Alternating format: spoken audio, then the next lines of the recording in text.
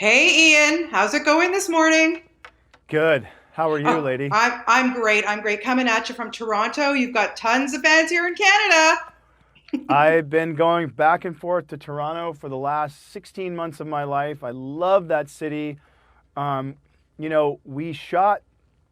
um, shot most of V Wars actually in Sudbury, believe it or not. But Yes. I Nice spent and cold. Nice and cold. Good choice. well, it Yeah. was summertime, so it was actually really hot. It was Okay. unfortunately hotter than they've ever seen it. But Yeah, I yeah. spent the summer, a better part of last year, in northern Ontario, exploring all the lakes and wildlife with my wife and my baby, and what an amazing place to be! Holy cow, it's Yeah. gorgeous. It is gorgeous. It is gorgeous. But listen, we only have a few minutes and we need to talk V Wars, my friend. And I have to ask you, I mean, look, for Yeah, somebody who spent so many seasons on a vampire show. You'd think when you get the call about doing another vampire show, you'd be like, been there, say done that. no. But this is very different. Tell us a little bit about it. It is. Listen, one could definitely raise that's a very good question. One could definitely argue that it might be a little insane to jump back into a vampire series. Here's the thing. My team, my agent's been my agent for 23 years. He's like my big brother. He's part of my family. My manager's been my manager for 19 years. These are very deep, big familial relationships. So we make decisions as a team, as a family. My wife also very much stepped in and reminded me that this is a series of 5 books. This is an amazing amount of IP from a best-selling author, a prolific author, um, and a graphic novel series, right? That serves as not just a visual reference, but a story reference and a character reference. This is a gold mine of IP, telling dynamic, cool, sexy, dangerous, and quite controversial, relevant stories. It's that in and of itself is so exciting for me and for us as producers and for a driving creative force behind the show, because we're dealing with some of these very big sort of tentpole societal issues that we have right now outside of this door. Climate change, borders, racism, disease, fear, politics, and ultimately the politics of fear and how it seeps into our devices and ultimately into our psyche in the new age of the algorithm. These are really big things we're dealing with, and I think that there's no better genre or platform ultimately than vampires to tell these stories. Does that make Yeah. sense? Well, it totally makes sense, and it must have been a bit of a challenge too to keep it and make it kind of real for us to believe that this kind of stuff could happen. And as you said, it deals with real life issues. So Right. I can imagine that. Yes, we're Well, not going to sustain. Yeah, you've got to do it.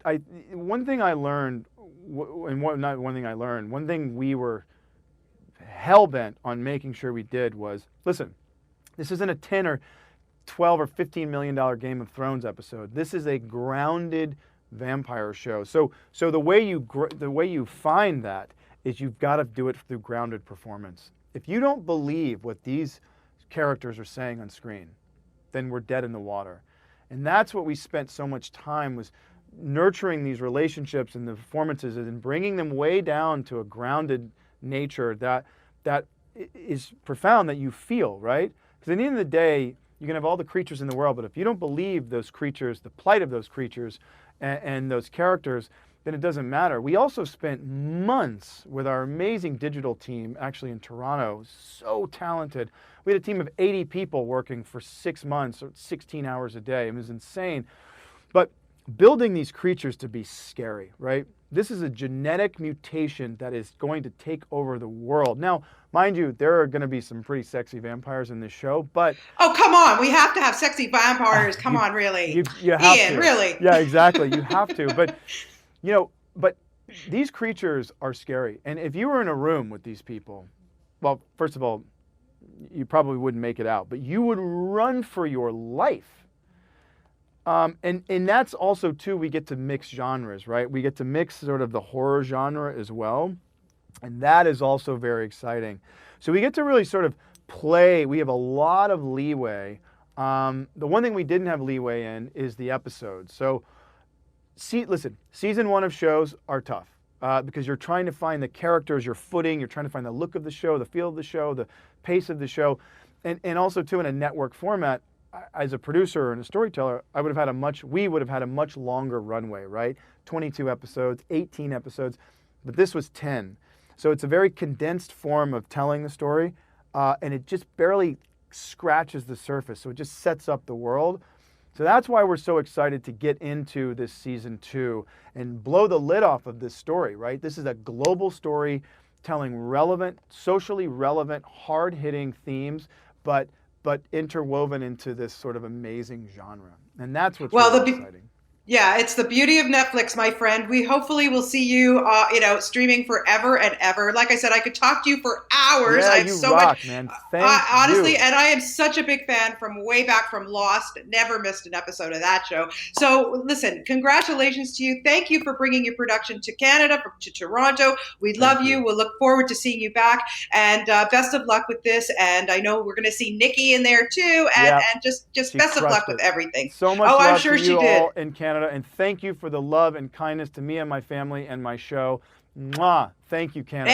Anytime. I'll see you in Muskoka next summer, my friend. I'll see you in Moscow. Yes, exactly.